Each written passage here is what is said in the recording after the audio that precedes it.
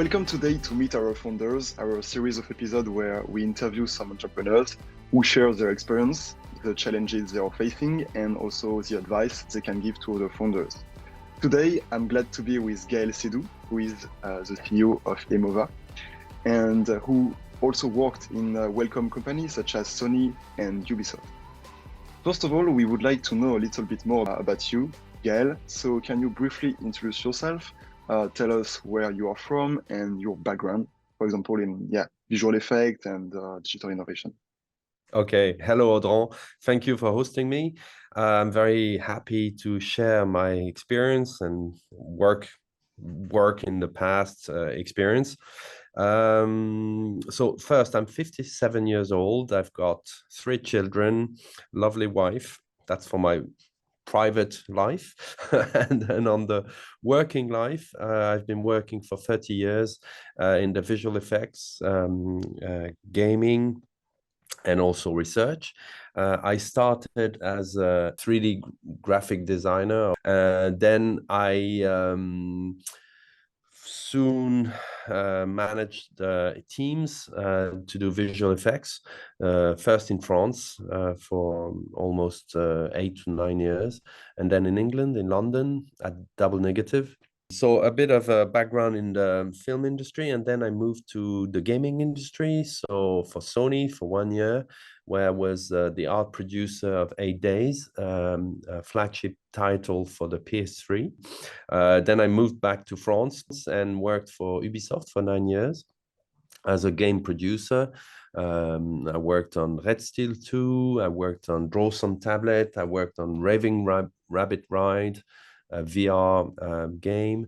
And then I worked also on settling up a sort of a department in Ubisoft with the P&L that was trying to output the technologies of Ubisoft in other industry verticals.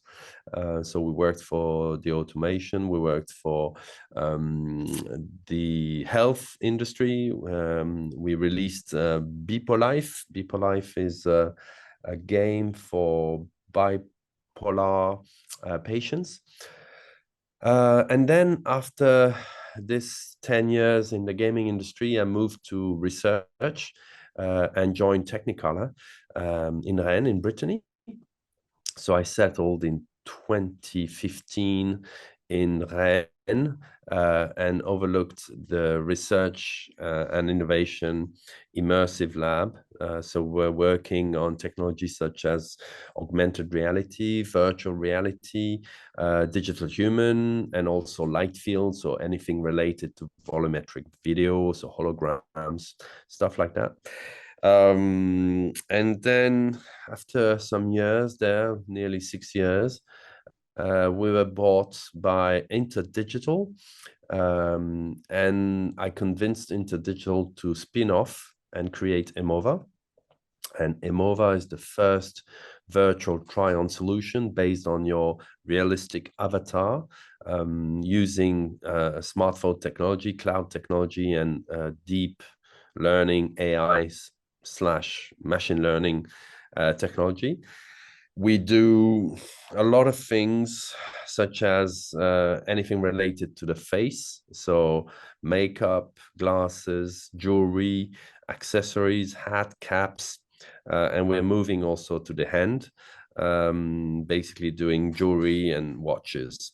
We are now 11 people at Emova.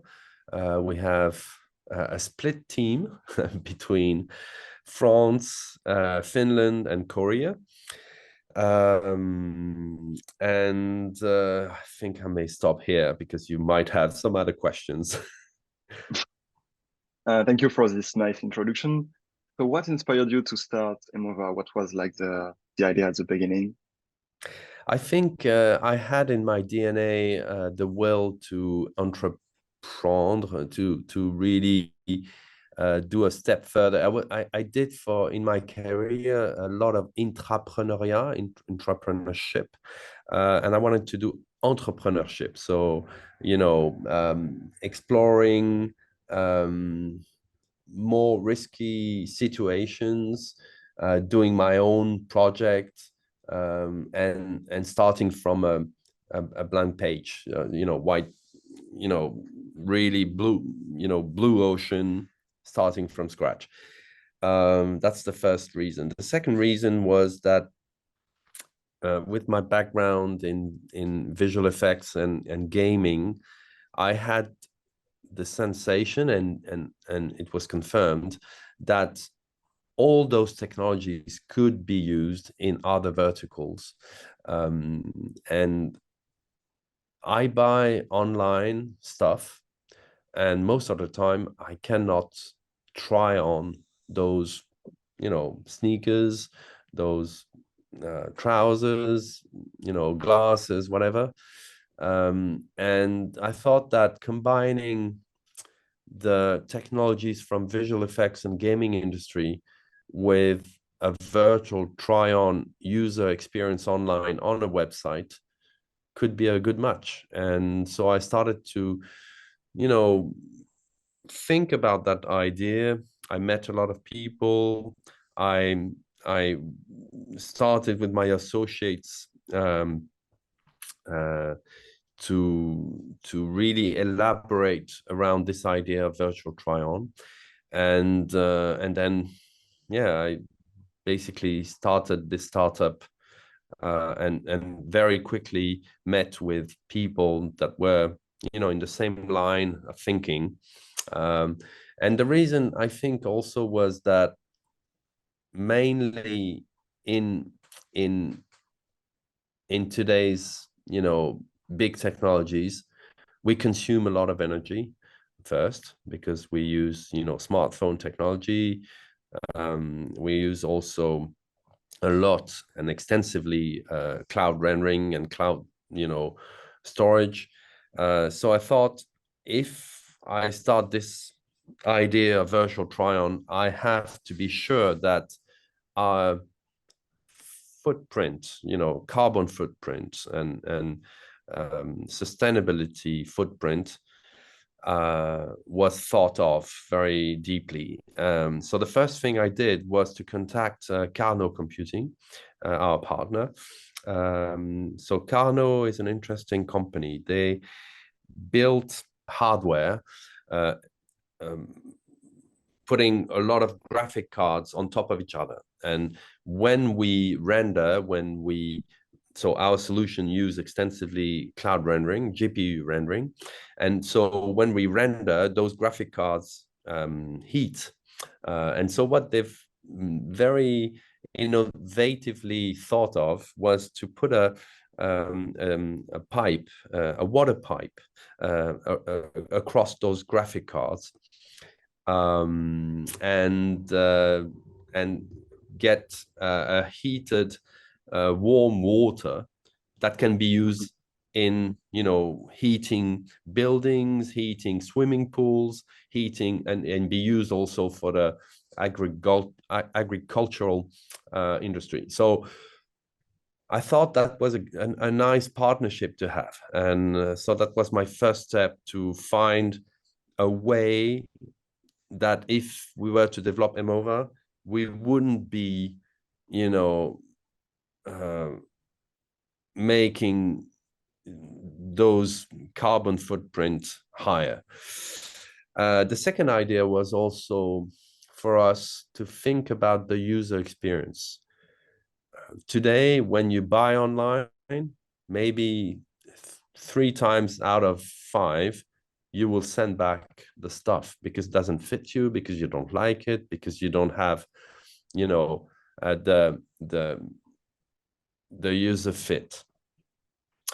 And with those immersive technologies such as augmented reality, virtual reality, even haptic, you can get a sense, you can get a feel of the product.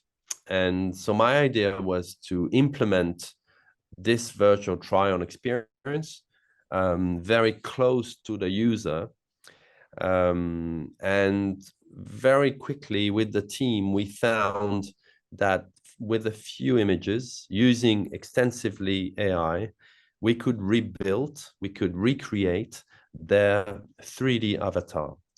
And then with this 3D avatar, you are changing a little bit the user experience that commonly today people experience with augmented reality, which is basically a video of yourself live on top of which you put the 3D assets.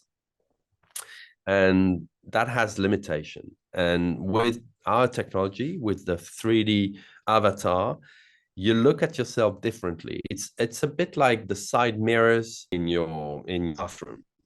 You see yourself from a different point of view. And with this user experience that we create, you look at yourself like you look at a video or a picture of yourself. It's not real time. It is real time, sorry, but it's not augmented reality. It's an enhanced solution, more innovative, more achieved, more thought around this idea of looking at yourself differently. Plus the fact that we control the lighting of the situation. We control the full scene, because your avatar and the jewelry, for example, are in the same 3D environment. So we control the lighting. So that means we can modify the lighting condition of your user experience, which you cannot using augmented reality. Mm-hmm. So that's a very interesting new innovation, because you can foresee yourself, you can project yourself in another environment. We can change the background environment. We can do a lot of things because it's 3D. Oh, I'm talking a lot, so I may stop here. So you spoke about the core value of Emova, which are about, you spoke first of all sustainability, after the user experience that you try to really improve. Maybe after you could speak about the utility in e-commerce or other. I'm sure there are a lot of utility of this technology, but I just want to move to another subject. You also spoke about intrapreneurship, because you start in this sector and you wanted to move to entrepreneurship to create your own startup.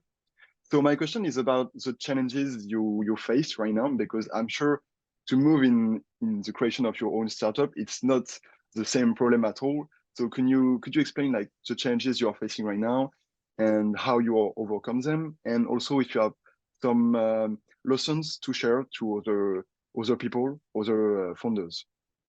Yes, I think the main pressure that today I encounter is the cash flow. In my previous experience at Ubisoft, at Technicolor, even at InterDigital, we would present a new budget, we would present a P&L, and I would do that to Yves Guillemot, my boss, my former boss. I would do that to Christina Gomila, the CTO of Technicolor.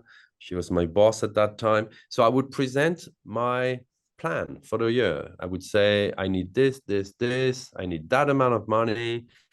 I want to do this and this and this. And I would defend that. I would, fight to get that budget. But when the budget was signed, I would get the money, and I would be sure that the program would be financed. So a lot of fighting before, a lot of preparation, a lot of convincing, but then I would get the budget. But then during the year, I wouldn't look at my cash flow. I wouldn't, be aware of that new item that I'm facing with the entrepreneurship. Today, cash flow is my pressured item. I am looking at my bank account every other day, waiting for some investment to come in, looking at my bills, and I'm organizing using Penny Lane, which is an accounting tool. It's a Brittany tool, very, very interesting, very, very good. And I'm planning that in the tool, but my main focus is my cash flow. And that's a new item I had never touched on previously. There's still some convincing to do, investors, clients, but I'm used to that. I'm used to speaking, to convincing, to making sure that my ideas get, accepted. And I'm good at that. So there's still a lot of convincing to do, but I think the cash flow is really my main item today as an entrepreneur. Yeah. So what advice would you give to aspiring other startup founders or people who want to start startups right now? First thing I would say is, what do you have in your guts? What do you want to share with others? What do you want to change in others' life? That would be my first item. I thought about the concept of Emova, the innovation. I looked into the technology, and then when that's done, when you're sure you have your values, we have at Emova some values. We have a pyramid of values, which is the core concept, ideas, and it's even a word. We have, like 4 to 5 words that define the core values of the company. And each time we meet with the client, we think about an innovation in our product, I always question those values. Are we still doing what we thought before? What was the origin of our company? So that's the first thing. The second thing is, so find the concept, think about the technology, think about what you want to say and give to the people that are going to use your technology and your innovation. Then look at the market. Where are you positioned? What does the market give you as, insights? What are the weak signals, etc.? Look at the market. Very important.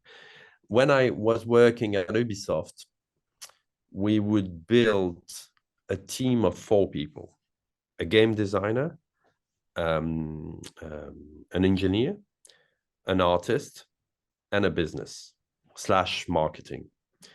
And from the core beginning, and I learned that from Ubisoft, really, from the beginning, you would think about your product in all those 4 very important thoughts. You would think about your product in the arts, visual, the beauty, the achievement of what you see. You would think about what you get, what you give to your customer, and you would build that trust relation and that feedback loop relation with your customer. Very important. So really a 4 people team. And I think a startup is about those 4 people team. You have a product, you have a market, you have a usage, something that your market wants, and in our solution, Emova, the virtual try-on using realistic 3D avatar, we're changing a little bit the virtual try-on panorama, the virtual try-on user experience, because we add those features such as relighting, changing the background, lighting differently, looking at yourself differently. The immersion, the experience is a bit different. And so those 3 things. And then the 4th would be, always think about your finance. Without money, you cannot start. Without clients, you don't get money. Without clients, you don't show your investors that there is a market, so there's a market traction, so you don't get the finance from your investor. So it's a sort of a circle, egg and chicken thing. You know, you need the egg, you need the chicken, you know, and it's quite complex, because sometimes when I talk to investors, and even when I talk to clients, I mix things that are happening, things that I will want to happen, and things that I think the market wants. So it's a combination in my explanation, in my convincing. And sometimes the line between those three is very thin. You know, you don't want to overpromise, but you want to say what you're going to do. You have a vision, you know where you want to go, you know what you want to build, you know why, and you show that and you explain that. But the path to building that is not straight and linear. It's a circonvolution. It goes sometimes goes back, front, then you jump, then you go back. And I think the main quality of an entrepreneur is its resilience and its adaptation. You adapt to your market, you adapt to investors, you adapt to your clients, you adapt to the team, you change it all the time. It's never ever a straight path. It's like a discovery. It's like if you don't adapt, if you're not agile, it won't work. Time today, it's VUCA, it's volatile, uncertain, complex, and you have to adapt. I like VUCA. the A I for didn't that, know about VUCA. this one. Yeah, Okay, VUCA. VUCA. I learned that at INSEAD from Ian, my teacher, and VUCA. And I think it's all about that. It's all about, you have to be convinced that you're gonna make it. That's very important, and trust, and never give up. Never give up. Even, for 2 times this year, I might have, jeté l'éponge because it was too tough. But even in the hardest moment, I would, what I would do, I didn't have a solution. I had to find a solution. I had 48 hours or 72 hours to find a solution. If not, the company would, collapse. So I would go to bed and sleep a good night. And in the morning, poof, solution came up. It's nice. So trust. Yeah, no, it's really about trust your ability, resilient, never give up, and I like this American actor. I think he's English or American. I can't remember. Anthony Hopkins. And there's a video of Anthony Hopkins, and he says, you have to believe. You have to believe. And he puts that in loop.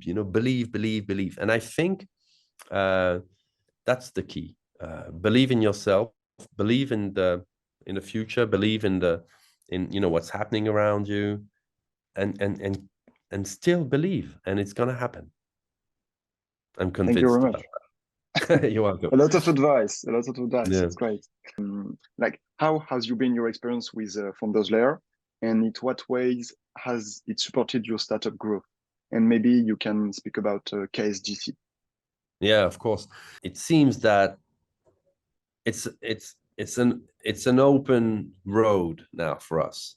Very, very. It's gonna be tough, but I foresee a lot of opportunities in Korea. And Korea also is a very interesting market, very technology, lots of, leader in beauty, a big country, very, very innovative. So it seems that there is a match between Korea and Emova. So we're very, very happy.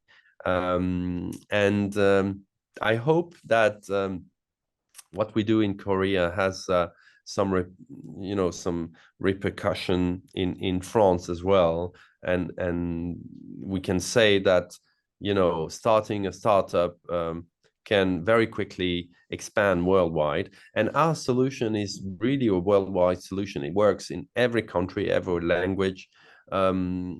So no, we're very happy. Thank you very much. Yeah, sometimes you just have to connect with the right people, and Yes. opportunities are here. So thank you very much, Gaël, for sharing your experience and presenting Emova, which is a solution for creating a realistic digital twin of yourself. Thank you for your time. It was a pleasure to speak with you. Thank you, Audran. Very nice speaking with you. Hope we continue to collaborate. Very happy with your help setting up our office, so sort of in Korea. And please shoot any emails or another video in a couple of months so that we can tell the platform and the users how we progressed, what was our challenges, and how we managed to get over. Thank you.